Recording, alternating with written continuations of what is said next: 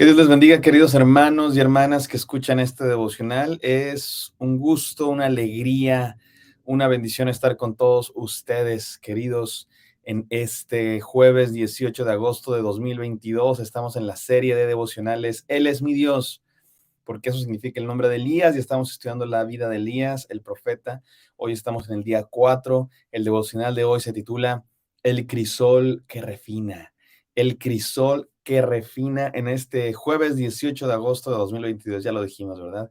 Y bueno, se llama El crisol que refina, mis queridos hermanos, porque estamos hablando de Elías en sus primeros momentos que conocemos en la escritura. Es interesante que el profeta Elías no sabemos, no está registrado en la Biblia su nacimiento, ni su origen, ni su llamamiento. De otros personajes bíblicos como Moisés, sabemos quiénes son sus padres, hay historias de su infancia, de cómo fue rescatado de las aguas, sabemos su llamamiento, cómo huyó de Egipto y cómo estuvo 40 años en el desierto y cómo Dios lo llamó cuando fue a ver la zarza ardiendo, y ese momento del llamamiento es muy importante. Lo mismo de otros profetas como Isaías, como Jeremías, el propio Samuel, que crece a los pies de Elí en el templo y Dios lo llama. De Elías no sabemos nada, de pronto aparece, como decíamos en el devocional de hace unos días, como un relámpago en la noche. De pronto aparece Elías y lo primero que sabemos de él es que está frente al rey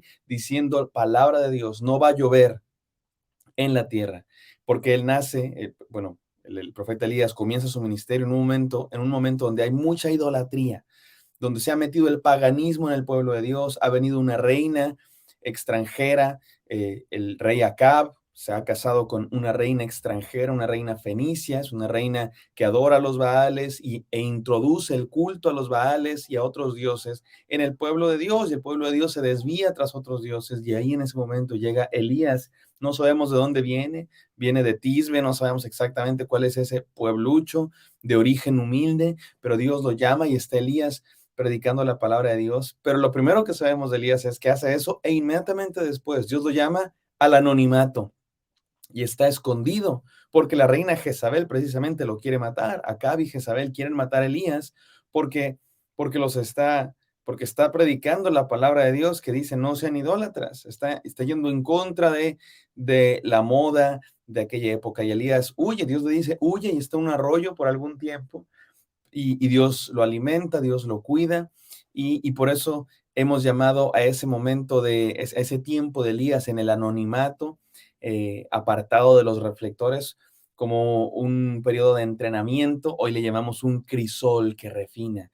Y bueno, el crisol se refiere a pasar por fuego a por ejemplo, los metales preciosos, para que sean purificados, para que sean refinados.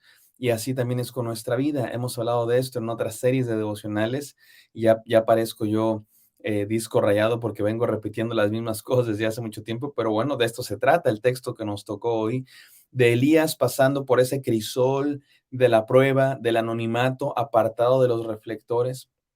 A menudo nos gustan los reflectores, nos gusta figurar, nos gusta estar en posiciones de liderazgo donde todos nos vean, donde tengamos el poder, donde todos sepan quiénes somos, donde estemos al frente, anhelamos la fama. Pero los verdaderos hombres y mujeres de Dios deben pasar por ese proceso, y a menudo ese proceso en el que Dios nos enseña que los reflectores, que la fama, que el poder, que estar al frente, que el ser vistos por todos, no es el llamamiento de Dios. No es el objetivo del líder cristiano, no debe ser el anhelo del siervo de Dios. Como siervos de Dios, a lo mejor lo llegamos a alcanzar, a lo mejor llegamos a alcanzar cierto reconocimiento, cierta fama, no lo sé, pero nunca jamás debe ser nuestro objetivo, nunca jamás debe ser lo que anhelamos, nuestra meta final, sino nuestra meta final es ser transformados por Dios, servir a Dios, ya sea en el anonimato o en público, pero servir a Dios donde quiera que estemos. Y eso es lo que está pasando con Elías. Dios lo lleva al anonimato y está en el arroyo de Kerit, como vimos en los devocionales pasados, y ahí está por algún tiempo, no sabemos exactamente cuánto, probablemente solamente algunos días o meses o semanas, pero pronto se acaba el arroyo con el que Dios le estaba sosteniendo a Elías, y Elías tiene que eh, huir. Y eso es lo que vamos a ver el día de hoy. Y ya me tardé mucho con esta introducción, por eso vamos a orar y vamos al texto. Gracias, Señor, por este devocional. Háblanos en el nombre de Jesús. Amén.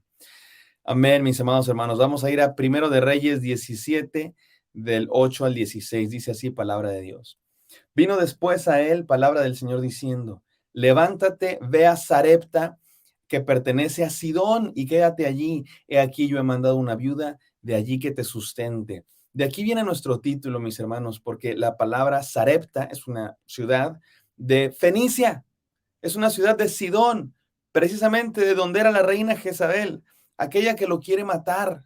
Y Dios le dice a Elías, ve a esa región, métete a la boca del lobo. Y ahí Dios, digamos que Dios lo lleva al arroyo, y ese fue su entrenamiento, digamos, primario, pero después Dios lo lleva a Fenicia, y digamos que ese fue su entrenamiento avanzado del profeta Elías. Y saben ustedes que la palabra Sarepta significa precisamente algo así como crisol, refinería, refinamiento. Es probable que en aquella región haya habido quizá, no estamos seguros, pero haya habido quizá una industria primitiva de refinamiento de metales.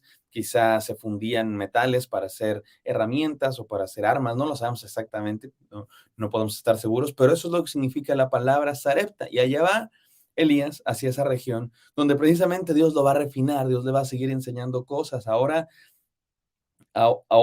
en Fenicia, que es precisamente la tierra de la reina que lo quiere matar. Y ahí está Elías. Elías obedece a Dios. Miren cómo dice el versículo 10. Él se levantó y se fue a Sarepta. Cuando llegó a la entrada de la ciudad, he aquí, allí estaba una viuda recogiendo leña.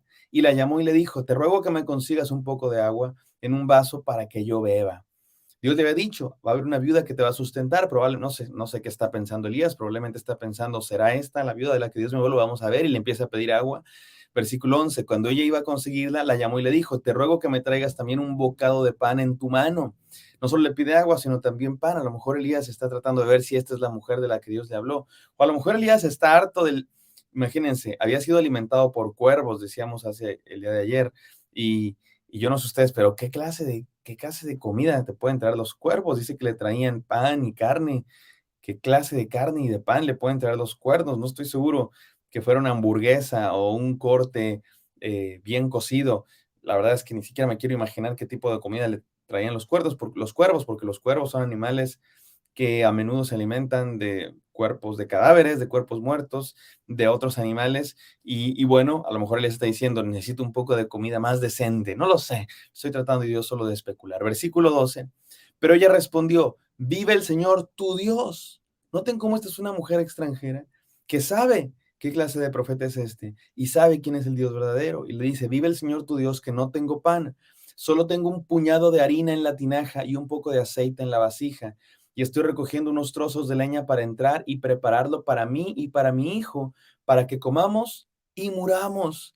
Era una viuda sin esperanza, era una viuda que estaba ya esperando morirse, y a ella Dios manda a Elías. Lo interesante es que Dios le dice a Elías, esta viuda te va a sostener, te va a alimentar, te va a sustentar, pero resulta que la viuda no tenía nada y se quiere dejar morir. Recuerden que había sequía en la tierra por palabra de Dios, por la idolatría del pueblo.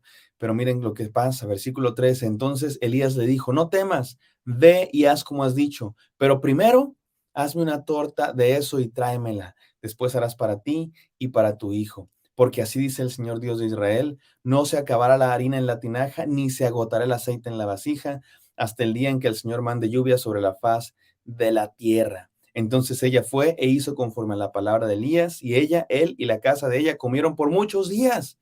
Tenían solamente para hacer un pan, y resulta que comieron durante muchos días. La harina de la tinaja no se acabó ni se agotó el aceite de la vasija, conforme a la palabra que el Señor había hablado por medio de Elías. Qué hermosa historia, mis hermanos. Mañana seguiremos estudiándola, pero hoy déjenme decir un par de cosas.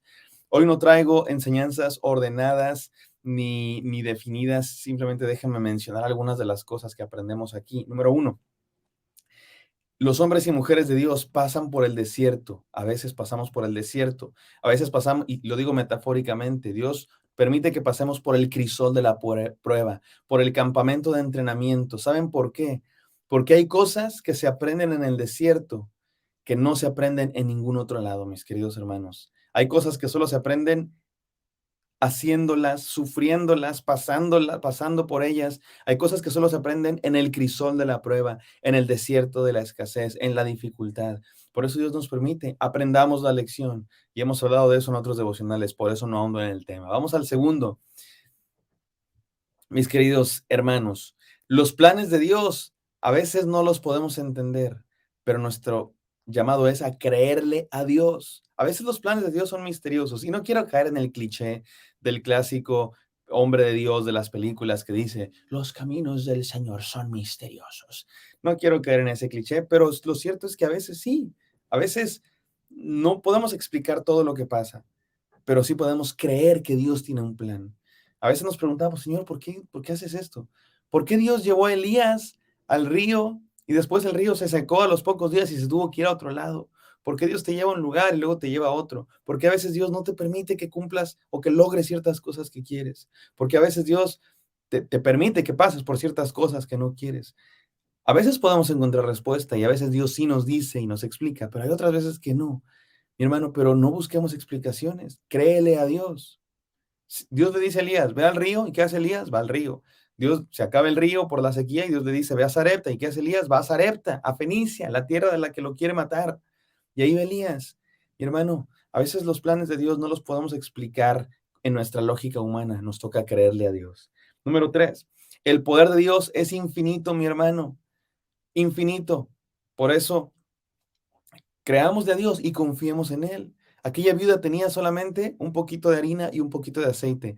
Iban a comer un último pan y morirse, pero le creyeron a Dios. Y Dios proveyó por muchos días alimento para Elías, para la viuda y para toda su casa. No sabemos exactamente cuántos eran, pero todos comieron durante muchos días.